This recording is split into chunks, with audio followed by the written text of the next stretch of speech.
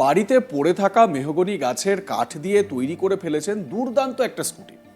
আর এই অত্যাশ্চর্য স্কুটি বানিয়ে তাক লাগিয়ে দিয়েছেন স্বপনবাবু। তার এই অভিনব গাড়ি দেখলে আপনারও চোখ কপালে উঠবে। আর এই ভিডিও প্রকাশ্যে আসতেই মুহূর্তের মধ্যে ভাইরাল হয়েছে, যা দেখে প্রশংসার বন্যা বইতে শুরু করেছে। নদিয়ার চাকদর বালিয়া ভাজা বাড়ি এলাকার স্বপন সূত্রধর একটি বিশেষ ধরনের স্কুটি তৈরি করে তাক লাগিয়ে দিয়েছেন সকলকে। দেখুন আপনারা স্কুটিটা একবার এক ঝলক, কিভাবে মেহগনি গাছ দিয়ে স্কুটি বানিয়ে ফেলেছেন।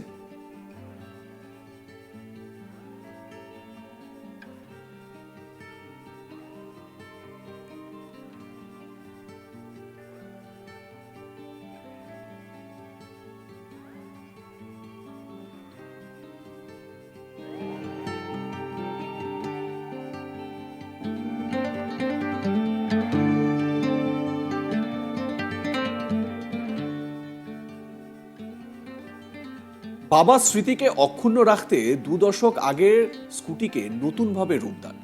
এই স্কুটি তৈরি হয়েছে বাড়ির মেহগনি গাছের কাঠ দিয়ে, যা দেখতে অত্যন্ত সুন্দর ও আকর্ষণীয়। এটি তৈরি করতে স্বপনবাবু মাত্র 7 থেকে 8 দিন সময় নিয়েছেন। স্বপনবাবু পেশায় একজন কাঠ মিস্ত্রি, পাশাপাশি বাড়িতে রয়েছে তার একটি হোটেল। তবে হোটেলের পিছনে বেশি সময় দিতে পারেন না, পরিবারের লোকজনই হোটেল দেখাশোনা করেন। জানা গেছে 2 দশক আগে বাবাকে এই স্কুটিটা উপহার দিয়েছিলেন স্বপনবাবু। বাবা মারা যাওয়ার পর সেই স্কুটিটি নষ্ট হচ্ছিল, কিন্তু স্বপনবাবু তার বাবার স্মৃতি অক্ষুণ্ণ রাখতে এই অভিনব উদ্যোগ গ্রহণ করেছেন। এই স্কুটি এখন রাস্তায় চলাচল করছে, কিন্তু স্বপনবাবু জানান এখনো আরো কিছু কাজ বাকি রয়েছে। পরিবেশ বান্ধব এই স্কুটি সহজে খুলে ফেলা যায়। আর কিভাবে এই স্কুটি স্বপনবাবু তৈরি করেছেন তার কথাও শোনাবো। তবে দেখুন কিভাবে রাস্তায় চলছে স্কুটিটি।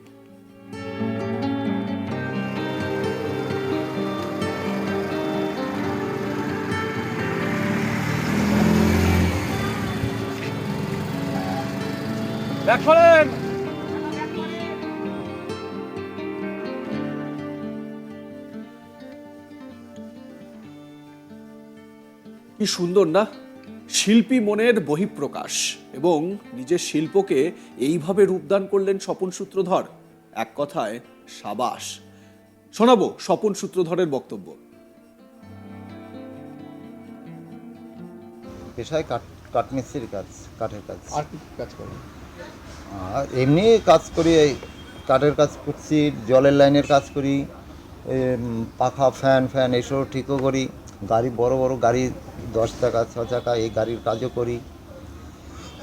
মূলত কোন পেশাটাকে আপনি আমি পেশাগত মূলত আমার এই সুতোরের কাজ, কাঠের কাজ। কত বছর ধরে করছেন কাঠের কাজ? কাঠের কাজ প্রায় 40-50 বছর। আপনি কি তৈরি করেছেন? আমি এখন বর্তমানে এই স্কুটিটা তৈরি করেছি। কি দিয়ে তৈরি করলে কতদিন সময় লেগেছে? এটা মেহগনি কাঠ দিয়ে তৈরি করেছি, করতে মিনিমাম 9 থেকে 10 দিন সময় লেগেছে। কত টাকা খরচ হয়ে যায় এটা? এই অবধি খরচা ব্যাপার হচ্ছে কোনো কিছুই তো আমার কিনতে হয়নি, কাঠ আমার বাড়িতে ছিল, বাড়ির কাঠ দিয়ে করা। আর সময় লেগেছে আমার এই করতে, যা মজুরি লেগেছে এই এবং সেটা আমি নিজেই তৈরি করেছি, অন্য কোনো সহযোগিতা ছাড়াই। এই গাড়িটা তৈরি করেছেন মানে কিভাবে তৈরি করেছেন, মানে কি ছিল, কি অবস্থায় ছিল? এই গাড়িটাতে আগে কোনো কিছুই ছিল না। ব্যাপার হচ্ছে স্কুটিটা বাবাকে কিনে দিয়েছিলাম, তখন গাড়ি ভালো ছিল। কত বছর আগে? তার আজ থেকে না হলো 15 বছর আগে আচ্ছা, কিনে দিয়েছিলাম। তারপর বাবা মারা গেছে এই প্রায় 9-10 বছর। মারা যাওয়ার পরে এই গাড়ি আর কি আমরা ধরতাম না, বাইরে পড়েছিল। থাকতে থাকতে দেখা যাচ্ছে এর শেষ পর্যায়ে আমিও এখানে থাকতাম না, বাইরের দোকানে কাজের জন্য বাইরে থাকতাম। এসে দেখি গাড়ির কোনো অংশ প্লাস ফাইবারের কোনো কিছু নেই, এমনকি ব্যাটারি কিচ্ছু নেই। তারপরে কি ওটাকে আবার এতদিন পর এখন মনে হলো যেন ওই গাড়িটা পড়ে আছে, কিছু থাকছে না, তাহলে ওটাকে বের করে দেখি। তার বের করে দেখি ওর কিছুই নেই। তারপরে আমি ওগুলো দেখি তাহলে এটা কীভাবে ঢাকা দেওয়া যায়। তার প্রথমে মাঠঘাটটা তৈরি করলাম, তারপর পাদানিটা করলাম, করার পরে দেখি বাকিটাও আস্তে আস্তে দেখি করি। এই করতে করতে এই অবধি পুরোটা কাঠেরই হয়ে গেছে। কেন কাঠের কেন ভাবলেন? টিন ছিল বা বডিও তো কিনতে পারতেন। না, বডি কিনতে গেলে পয়সা লাগতো বা টাকা পয়সা লাগতো, এই সামর্থ্য আমার ছিল না। আমি দেখি আমাদের এখানে কাঠ আছে আর নিজের বুদ্ধি আছে, সেই হিসাবে করে অভিজ্ঞতা রয়েছে, আমি বানিয়ে ফেলি। গাড়িটা নিয়ে এখনো পর্যন্ত কোথায় কোথায় গিয়েছেন? এখনও এই গাড়িটা নিয়ে আমি মোটামুটি ওই তাহিরপুর, বীরনগর ওই দিকটা অবধি আমি গেছি দূরে। প্রশাসনের পক্ষ থেকে কখনো আপনাকে জিজ্ঞাসা বা আটক করেছিল বা না, এমনি প্রশাসনের দিক থেকে কখনো এখনো ধরেনি, আমাকে দেখাও হয়নি। আমি সোজা চলে গেছি, গিয়ে ও যেখানে দাঁড়াতাম সেখানে সমস্ত লোকরাই ভিড়ই করতো, কিন্তু কেউ কোনো মন্তব্য করেনি ওই ব্যাপারে। হেলমেট ব্যবহার করতো? হুম, হেলমেট ব্যবহার করতো? হেলমেট ব্যবহার করতাম, তবে গাড়ি চলার সময় আমি হেলমেট ব্যবহারই করতাম।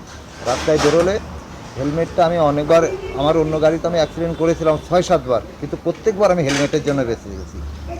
আর সেই থেকে আমার অভিজ্ঞতা, হেলমেট ছাড়া আমি কোথাও চলবো না, সে যেই গাড়িই হোক।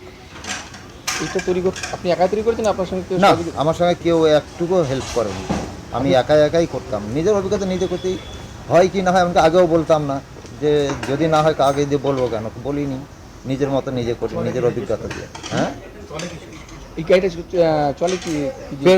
হ্যাঁ, গাড়িটা চলে পেট্রোলে। কত কিলোমিটার পর্যন্ত চলে? এখনও সেটা আমি খেয়াল করি, তবে আমি 30-40 কিলোমিটার, 40-50 কিলোমিটার তো ঘুরে এসেছি। এটা এটা এটা কোন গাড়ির ইঞ্জিন ছিল? এটা টিভিএস কোম্পানির ইঞ্জিন ছিল, টিভিএস কোম্পানির গাড়ি ছিল। এটা এই যে তৈরি করেছেন, কি কি দিয়ে তৈরি করেছেন? এটা তৈরি করেছি মেহগনি কাঠ দিয়ে, মেহগনি আর কাঠ। কি কি ব্যবহার করেছেন? আর অন্য করা হয় যে পেরেক, আঠা, এই। তবে প্রত্যেকটা জিনিস এমনভাবে লাগানো আছে যে গাড়ি খারাপ হয়ে গেলে এই গাড়িটা ঠিক করতে কোনো অসুবিধা না হয়, তার জন্য প্রত্যেকটা অংশ যাতে পাট খোলা যায়, এবং খুব কম সংখ্যক নাট বল্টু ব্যবহার করে, যাতে একটা নাট খুললে পাট খোলা যায়, সেইভাবে তৈরি করা আচ্ছা, আছে। আরেকটা যেটা বিষয়, আপনার মোটর সাইকেলের পিছনে নাম্বারের পরিবর্তে দেখা যাচ্ছে একটি হোটেলের নাম, কেন এটা? ব্যাপার হচ্ছে, আমার বাবা যখন মারা গেছে তখন থেকে এই কাগজপত্র কোথায় আছে তাও জানি না। আর নম্বর প্লেটটা মেন হচ্ছে সব কিছু চোরেই খুলে নিয়ে চলে গেছে। এইবার আমি গাড়িটার একটা পরিচয় চাই, তো একবারে আমার পিছনে আমার দোকান হোটেলেরই নম্বর প্লেটটা নম্বর লাগিয়ে দিয়েছি। আপনার হোটেল চলে এখনো? হ্যাঁ, এখনও হোটেলটা চালু হয়েছে, প্রায় 6 মাস হলো চালু করেছি। তো এটা তো একটা প্রচারের মধ্যে চলে আসলো আপনার হোটেল। হ্যাঁ রাস্তাঘাটে মানুষজন কিভাবে দেখছে এবং হ্যাঁ, গাড়ির পরিচয় যখন আমি এই গাড়িটা নিয়ে লোকের নম্বর প্লেট দেখে, তো যখন নামটা দেখে দিই তখন বলছে না অমুক জায়গার ঠিকানা। গাড়ির একটা ঠিকানা চাই, তো সেই হিসাবে এই ঠিকানা। এই গাড়িটি যদি চুরি হয়ে যায় সেক্ষেত্রে আপনি কি ভাবছেন? সে চুরি হয়ে গেলে আর কি করা যাবে, সেটা তো আর করার কিছু নেই। গাড়ি যদি চুরি হয়ে যায়।